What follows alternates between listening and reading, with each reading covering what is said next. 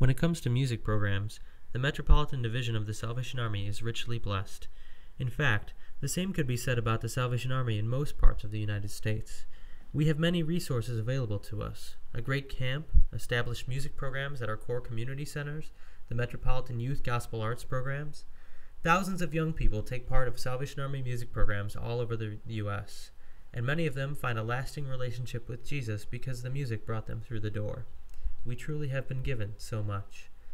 Unfortunately, this is not the case for Salvation Army centers in many nations around the world. Many don't have the kind of resources or skilled musicians that we have available to us. In June 2007, 16 musicians from the Metropolitan Division had a chance to give back a little of what had been given to them.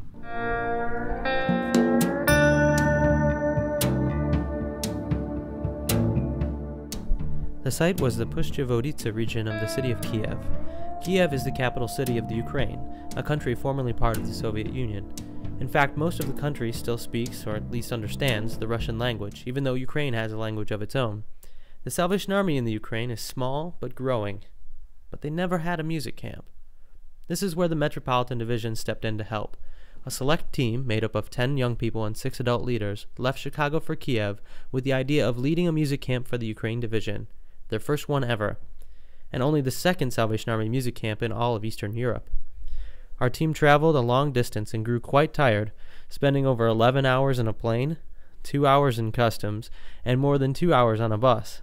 When we finally arrived at the campsite, not all of our supplies had made it with us on that first day, but that didn't keep us from praising God with our brothers and sisters of the Ukraine Salvation Army.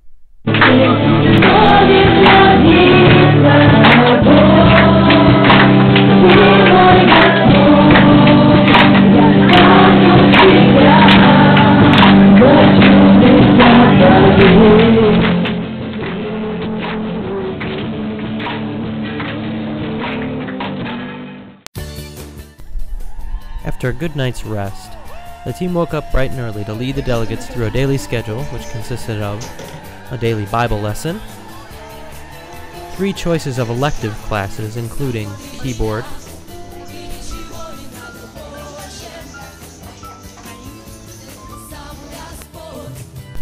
dance,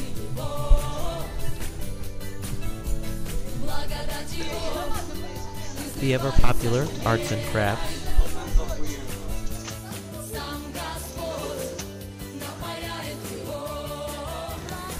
guitar,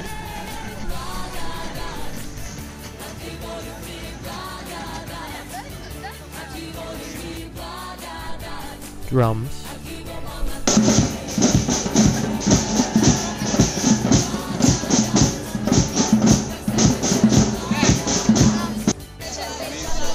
drama,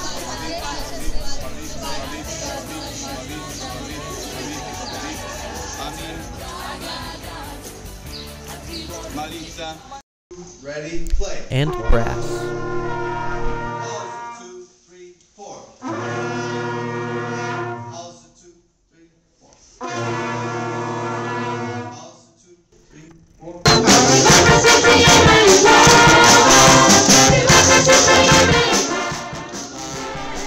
In the evenings, all delegates and team members gathered together for a nightly celebration of our cultures and a time of praising God.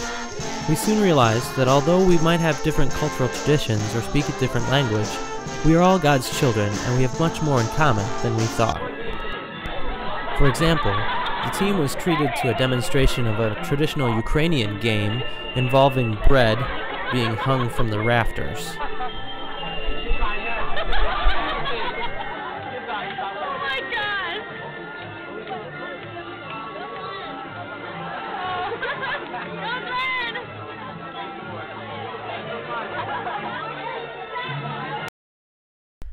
And then the team provided the camp with a brief demonstration of American football, guys against girls.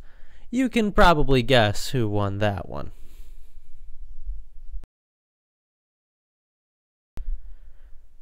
We were also treated to a demonstration of traditional Ukrainian dancing, featuring Metro's own Mike Himes. He's the one on the left who has no idea what he's doing.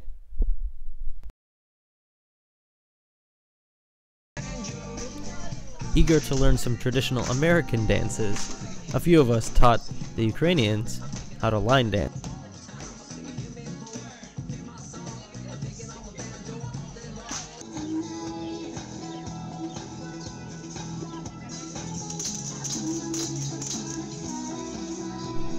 At the end of the week, everyone had a chance to display all that they had learned in their elective classes, and awards were given out, much like what happens on the last day of our music camp here in the Chicago area.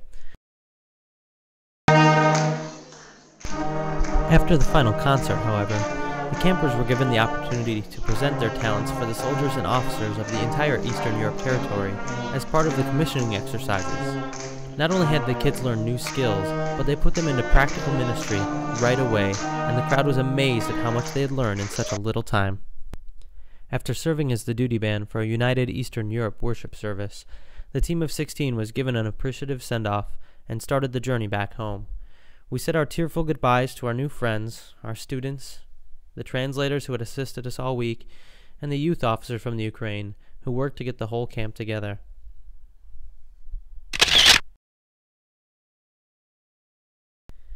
During a brief stopover in London, the team had the chance for one final meal together. While we sat and ate and talked, we realized some of the magnitude of what God had done through us and in us during our time in the Ukraine.